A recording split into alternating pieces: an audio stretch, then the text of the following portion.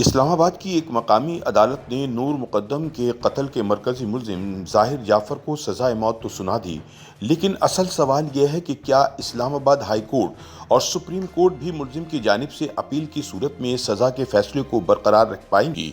کیونکہ اکثر ایسے کیسز میں بڑی عدالتیں چھوٹی عدالتوں کے فیصلے کو ناقص تفتیش اور کمزور ثبوتوں کی بنا پر ریورس کر دیتی ہیں۔ ظاہر جعفر کو سزائے موت سنانے کے علاوہ عدالت نے ان کے دو ملازمین جان محمد اور افتخار کو بھی 10 سال قید کی سزا سنائی۔ ظاہر جعفر کے والدین ذاکر جعفر اور عصمت آدم جی کو بری کر دیا گیا۔ سزائے موت کے ساتھ ساتھ عدالت نے نور مقدم کے ساتھ ریپ کرنے کا الزام ثابت ہونے پر ظاہر جعفر کو 25 سال قید بامشقت اور 2 لاکھ روپے جرمانہ، اغوا کا جرم ثابت ہونے پر 10 سال قید بھی سنائی۔ نور مقدم کو حبس بیجا میں رکھنے پر مجرم ظاہر جعفر کو علیحدہ سے 1 سال کی قید سنائی گئی ہے۔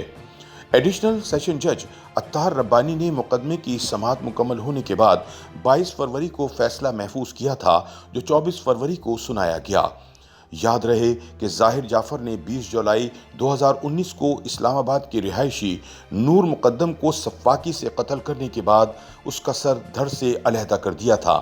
ملزمان پر 14 اکتوبر 2021 کو فرد جرم عائد کی گئی تھی اور مقدمے کا فیصلہ فرد جرم عائد ہونے کے لگ بھگ 17 ہفتے بعد ہوا۔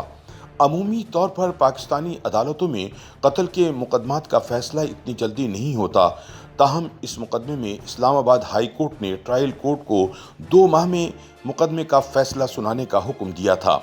مقررہ مدت تک مقدمے کا فیصلہ نہ ہونے پر اسلام آباد ہائی کورٹ نے پہلے مقررہ مدت میں 6 ہفتے کی توسیع کی، اور جب اس دوران بھی فیصلہ نہ ہو سکا تو پھر ٹرائل کورٹ کے جج کی درخواست پر اس میں مزید 4 ہفتوں کی توسیع کر دی گئی۔ نور مقدم کے سابق سفارتکار والد نے عدالتی فیصلے کے بعد میڈیا سے گفتگو کرتے ہوئے ظاہر جعفر کی سزائے موت کو انصاف کی فتح قرار دیا، تاہم انہوں نے اس امید کا اظہار کیا کہ ملزم کی جانب سے اس فیصلے کو چیلنج کیے جانے کی صورت میں اسلام آباد ہائی کورٹ اور سپریم کورٹ بھی چھوٹی عدالتوں کے فیصلے کو برقرار رکھیں گی۔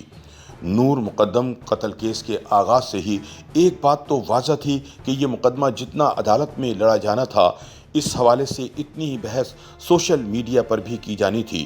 اس دوران سوشل میڈیا پر جسٹس فار نور کا ٹرینڈ بھی چلنے لگا تھا، جس میں ملک بھر سے صارفین انصاف کا مطالبہ کر رہے تھے، لیکن دوسری جانب مقتولہ کی کردار کشی اور ان پر ہی الزام تراشی کا سلسلہ بھی جاری رہا۔ وفاقی وزراء سے لے کر وزیر اعظم تک ہر کسی نے نور کے قتل کی مذمت کی اور انصاف کی پاسداری کی یقین دہانی کرائی۔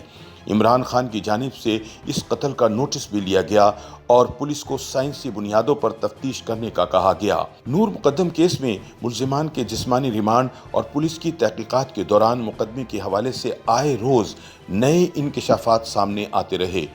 ان میں سے بلا شبہ سب سے بڑا انکشاف فرانزک لیب کی DNA رپورٹ کے بعد سامنے آیا، جس میں اس بات کی تصدیق ہوئی کہ قتل سے قبل مرکزی ملزم ظاہر جعفر نے مقتولہ کا ریپ کیا تھا۔ پولیس کے مطابق جب نور مقدم نے ملزم ظاہر جعفر سے شادی سے انکار کیا تو ملزم نے انہیں زبردستی کمرے میں بند کر دیا اور اپنے چوکیدار سے کہا کہ وہ کسی کو بھی گھر کے اندر آنے نہ دیں۔ اس کے بعد ملزم نے نور پر تشدد بھی کیا اور اسے قتل کر کے ان کا سر دھڑ سے علیحدہ کر دیا۔ گرفتاری کے فوری بعد ظاہر جعفر نے نور مقدم کے قتل کا اعتراف کر لیا تھا، لیکن جب مقدمے کا فیصلہ قریب آیا تو اس نے یہ دعویٰ کر دیا کہ قتل اس نے نہیں کیا۔ ظاہر جعفر نے یہ کہانی گھڑی کہ واردات والے دن نور نے اس کے گھر پر ایک ڈرگ پارٹی رکھی تھی، جس کے دوران نشہ کرنے کے بعد وہ بے ہوش ہو گیا اور جب ہوش میں آیا تو نور قتل ہو چکی تھی۔ تاہم عدالت نے اس کی اس جھوٹی کہانی پر یقین نہیں کیا اور اسے سزائے موت سنا دی۔ اب دیکھنا یہ ہے کہ کیا بڑی عدالتیں بھی چھوٹی عدالت کے اس فیصلے کو برقرار رکھتی ہیں، یا پھر قندیل بلوچ قتل کیس کی طرح بالآخر اس سفاک قاتل کو رہائی مل جاتی ہے۔